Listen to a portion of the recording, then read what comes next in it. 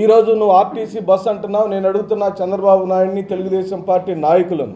నాకు తెలిసినంత వరకు మీకు కూడా తెలుసు మిత్రులారా, ఏ మాలా మాదిగ కులస్తులు, రెల్లి కులస్తులు రోజు ఆర్టీసీ బస్సు ప్రయాణం చేయరు.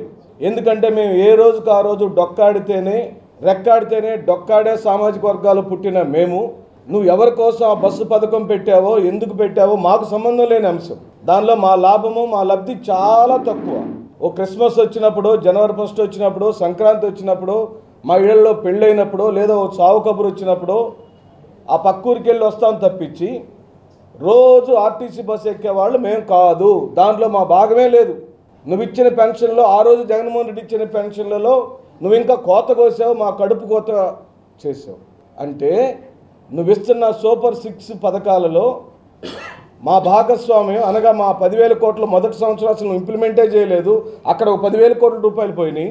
ఈ రెండో సంవత్సరం ఒక 6 నెలల కాలంలో కూడా నువ్వు ఇంప్లిమెంట్ చేస్తున్న పెన్షన్లు మరియు ఆర్టీసీ బస్సులో మాకు భాగస్వామ్యం లేదంటున్నావు.